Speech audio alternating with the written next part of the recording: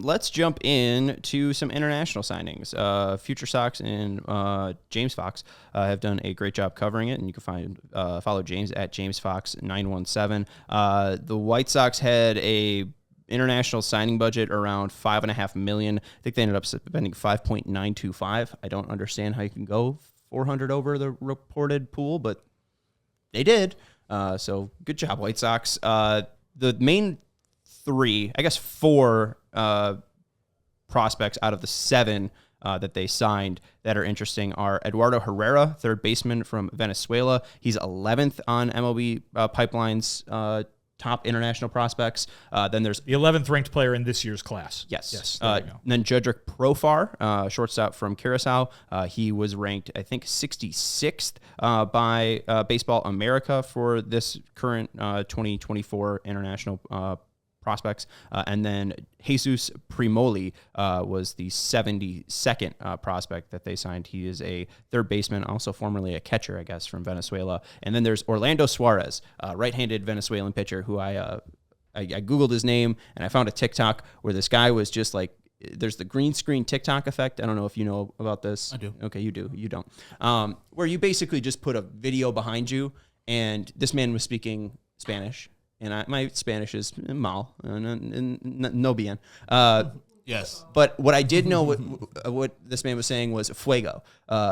Very tall person, Orlando Suarez is, pumping like 95 to 97. So, hey, it's always interesting to see these guys sign because they're so young, they're so raw, they're so seemingly talented, and it's like, oh, okay, well, this kid who's 6'4" is easily going to come overseas and dominate. But it's a lot. I mean, a lot of these kids are 16, 17 years old, and now you're asking them to become professional baseball players. It's a very, I mean, I would go as far to say the word confusing part of the game because, obviously these guys can be scouted.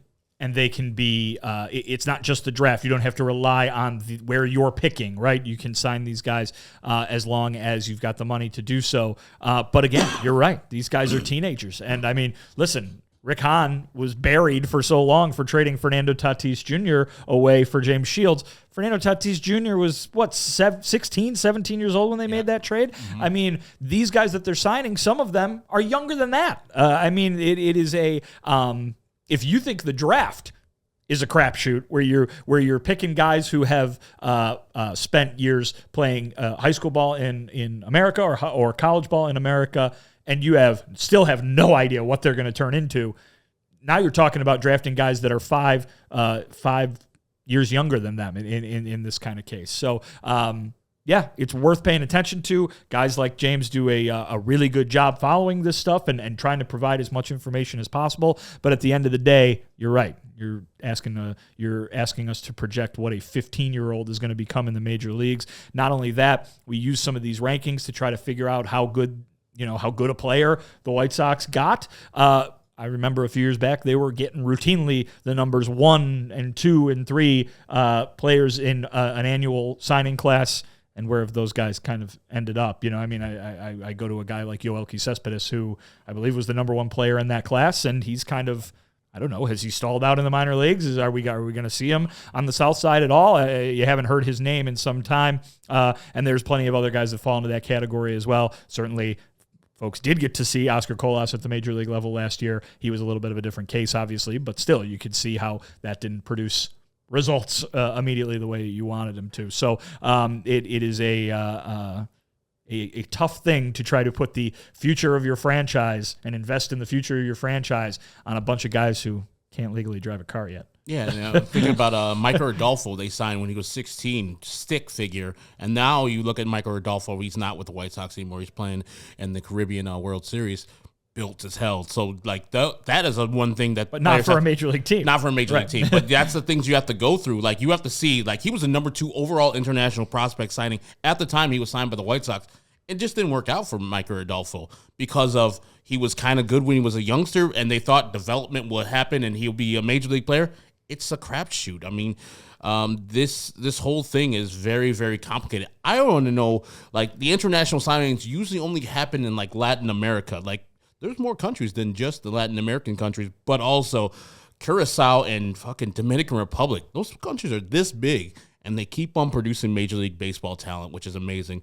And the player that the White Sox signed with Profar, that's, of course, Jerickson Profar's younger brother, which that small-ass country of Curacao. Andrew Jones, him, Henley Mullins, Jonathan Scope, all come from that country. Pretty much the same city. And all of them played for the damn Little League team. Yes. It's weird as hell. Like Dominicans this big. Everybody here in major leagues is fucking from Dominican Republic. Congratulations. We need a better development system here in America because they are embarrassing us. I mean, it's just a big ass country. It's 50 states. We should do what they do. So just to give some color, Profar, obviously, as you brought up, Jerickson's little brother, some reports saying he's got 2020 potential. He's also 16, so we'll see. He's got to get to 20 before he has 2020 potential. Exactly. Eduardo Herrera is the key piece of this prospect signing, and Michael Suero of Sox on 35th wrote up about Edgar, and a good comp if you want to hear about it. So the shortstop turned third baseman has drawn comparisons to a teenage Yoan Moncada. No, not Yoan Moncada. He's not a switch hitter, so this guy's just a righty. I think I already know the answer. 6'2", 200-pound, hulking frame. I've read this. You just want me to say it? You just say it. Albert Pujols. Albert Pujols. So he's going to play shortstop? Well, no, he was a former shortstop, former catcher, too, because of his arm. But now, since he is so big, he's just outgrown the shortstop position. Like Albert Pujols was always the most athletic person on the field. He was just, 245 pounds and made a muscle. And like Pujols, Herrera moving to third base. Pujols was, a corner outfielder and a third baseman when he first came up to the major leagues and then made the move over to first base. He became more hulkingly and terrorizing on his way to 7 career home runs. But Herrera is the White Sox highest-ranked international prospect since Oscar Colas, who was ranked 5th in MLB Pipeline's 2022 international class. However, Herrera is the highest-ranked true amateur signing in some time, as they typically have targeted older prospects who have seen closer to MLB ready. In fact, the Sox have only signed 4 prospects since 2013 who are 18 years old or younger and ranked on MLB Pipeline's top international prospect list. Eric Hernandez in 2022, who was 28th on the list. Armando Nunez in 2014, who was 26th on the list. And Mike Rodolfo in 2013, who was 2nd on the list. There was also one more name. Fernando Tatis. So, Mike Rodolfo, yes, hasn't had major league success. Amado Nunez didn't have major league success. Eric Hernandez didn't have major league success. As yet. Fernando Tatis signed a $300 million contract. Eric Hernandez is still less than young. 20 years old. Yeah, right, Eric Hernandez is 18. Yeah. Yes. But he's struggled. It's actually it's his 19th birthday today. Hey, congratulations being old. Eric Hernandez, thank you. 25 games in 2023 down at the ACL. 145 average, 295 on base, 210 slugging, 505 on base. Hopefully he's a defender. Still 2 years younger than the average age of that league. Yes. So, yeah, he's still got time to come up. But to give the White Sox some credit, I think Fernando Tatis wouldn't have been the player that he was here with the White Sox because of various things, one including the ringworm treatment he's gone through. Ringworm. Okay. All right. I mean, was he on ringworm last year? He seemed pretty fine. Hey man, he's already. You get to a level and then you stay at that level. I don't go know. from a skinny kid to a bigger Is kid. he the best defensive outfielder in baseball by a mile and a half? He is. Statistically, he was a butcher at shortstop. Like, let's send him to right field because we got a better shortstop here in both Kim and now that they got I forgot the guy's name. But yeah, Fernando Tatis, his arm has always been that guy, and his tracking skills in right field. Yeah, he was like a 20 plus 29 in the fielding Bibles, out above average. Jesus Christ, he was just a phenomenal right fielder. Who the White Sox signed to play right field this year? Who have they signed to play right field? They have not signed anyone to play minor right leaguer field. Brett Phillips. Cool. And then the Rafael Ortega. Yes, fun. Former Fun. Oh, that's a nice transition, Sean. Oh, into our next conversation topic. Is it? I don't. Minor league signings. Oh, like okay. Rafael Ortega. Minor league signings. I guess we didn't bring up the Rafael Ortega signing. They signed Rafael Ortega to a minor league deal with a big league spring training invite. That's been assumed. None of that has been announced yet. But yeah. Is this the right fielder that Chris Getz was referring to? I can't imagine it would be. You can't, or you'd be so shocked. I would be so shocked if their plan going into spring training was a minor league signing. That'll be terrible.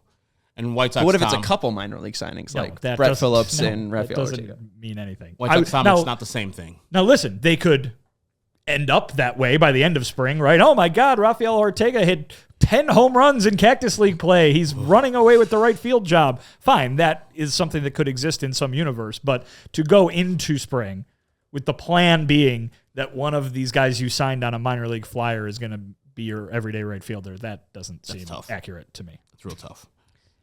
I mean, Stop it.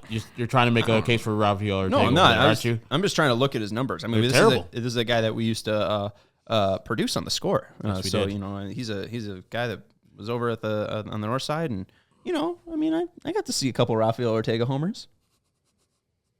Very few. What do you got to see 2 of his like 5? No, Congratulations. he had way more than He had a bunch, didn't he? yeah. No, he's not that bad.